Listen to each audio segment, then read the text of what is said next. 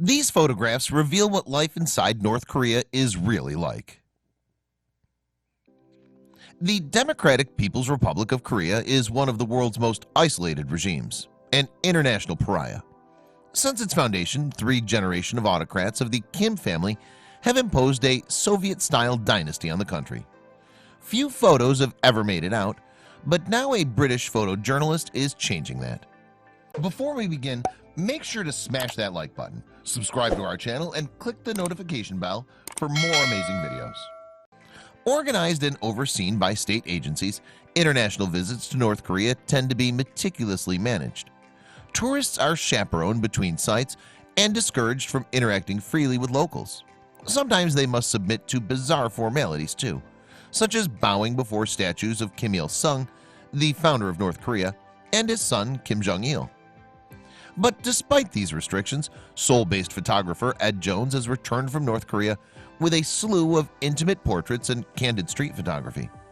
He's been pushing the country's journalistic boundaries ever since his employer, the news agency Agence France Presse, opened a bureau in the North Korean capital of Pyongyang in 2016.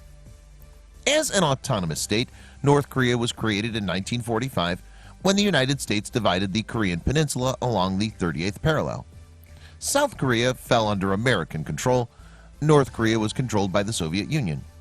The demilitarized zone pictured above runs for 160 miles between the two countries. It was created in 1953 during an armistice in the Korean War. The war, which claimed 1 million lives and began when the North invaded the South in 1950, has technically and legally never ended. For that reason, North Korea maintains a formidable military constructed by 1 in 5 men of serviceable age. In fact, with approximately 9 million active reserve or paramilitary troops, the Korean People's Army is one of the world's largest military forces. But the North Korean military is also an instrument of domestic control. According to German sociologist Max Weber, all nation-states claim a monopoly on legitimate use of physical force against their citizens. And according to French Marxist Louis Althusser, a military organization such as the Korean People's Army represents a repressive state apparatus. One way in which the North Korean state attempts to legitimize its power, and by extension the power of the Kim dynasty, is through public rituals. In the political realm, rituals represent much more than public theater. According to anthropologists A.R. Radcliffe Brown and Bronislaw Malinowski, for example, rituals stabilize, regulate, and bind a community to shared values. Consequently, North Korean military parades sometimes incorporate the colors and symbols of traditional Korean culture. There's a joyous quality to picture above. Participants wield bunches of pink blossom beneath a float depicting a rocket. However, the scene is also suggestive of a political slogan used by the totalitarian regime in George Orwell's dystopian novel 1984. War is peace, freedom is slavery, ignorance is strength. Ask anyone to conjure up an image of North Korea and it would probably be of a mass military parade with thousands of faces and feet moving in perfect sync, wrote Jones on an AFP blog in 2016. Indeed, rallies are performances orchestrated and more symbolic than real.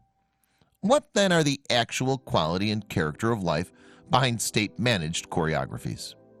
For one thing, the country works with heavy industry, receiving the lion's share of state investment funds. The men pictured above work for the Kolyma Steel Complex, built in 1939 under Japanese colonial administration.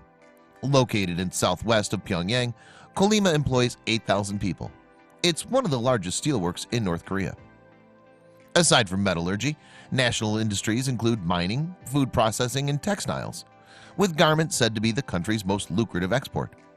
The 25-year-old woman pictured above works for the Kim Jong-suk Silk Mill in Pyongyang. It employs 1,600 people and is named after Kim Jong-un's grandmother. Jones describes the mill as a regular fixture on the itineraries of foreign journalists and tourists. Likewise, the woman above is one of 300 traffic security officers employed exclusively by Pyongyang. The role is unique in that it demands compulsory retirement at the age of 26. According to Jones, this serves to ensure a steady supply of photogenic young women who are the favorite subject of visiting tourists and journalists. Generally, gender relations in North Korea appear to be complicated. The state has legislated to extend rights to women, including work rights and rights of marriage and divorce. Women work at all levels of society, but men appear to significantly outnumber women in the highest paid positions. Despite egalitarian reforms, the country remains ostensibly patriarchal. Nonetheless, there are signs that a revolution in the domestic sphere may be quietly transforming North Korea. According to some researchers, women may now be the main earner in most homes, partly because men are often compelled to work for free. In fact, women's salaries may be twice as high as the traditional salaries of men, prompting some to describe their husbands as pets.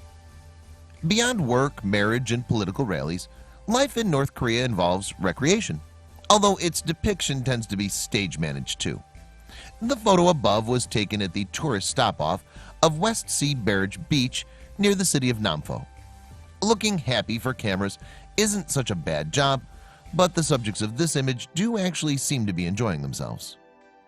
In fact, Kim Jong-un has been attempting to improve the country's recreational facilities and in doing so improve the lives of his fellow millennials. The dictator has commissioned scores of new venues, including amusement parks, water parks, and horse riding clubs. Depicting a man posing for a photo on a model horse, the image above was taken at Folk Park in Pyongyang in 2015. Meanwhile, some of Jones' most intriguing street photography was taken at the off-the-beaten-track locations, as this photo attests. Taken on the outskirts of the coastal city of Hamhung, it shows people pushing bicycles on a dirt road, perhaps on their way to work. This image depicts a street in the coastal city of Shongjin, chimneys rising starkly over a crowded array of rooftops. Sometimes called the City of Iron, Shongjin is the third largest city in the country. It serves as an industrial hub with car manufacturing, a shipyard, and steelworks. However, as much Jones' photos capture hitherto unseen textures of North Korean life, there remains much that's hidden and undocumented. Several inhumane prison camps are known to operate throughout the country, where torture, slave labor, starvation, malnutrition, and secret executions are everyday realities. The camps are home to approximately 150,000 to 200,000 political prisoners. In an age of global connections and economic interdependence, North Korea stands alone, internationally isolated, a disturbing throwback to the Cold War era. Nuclear weapons may or may not protect it from aggressors, but if the country is to truly modernize, it must throw open its doors to outsiders. And the above photos suggest that the regime may be moving very slightly towards a more open diplomatic position.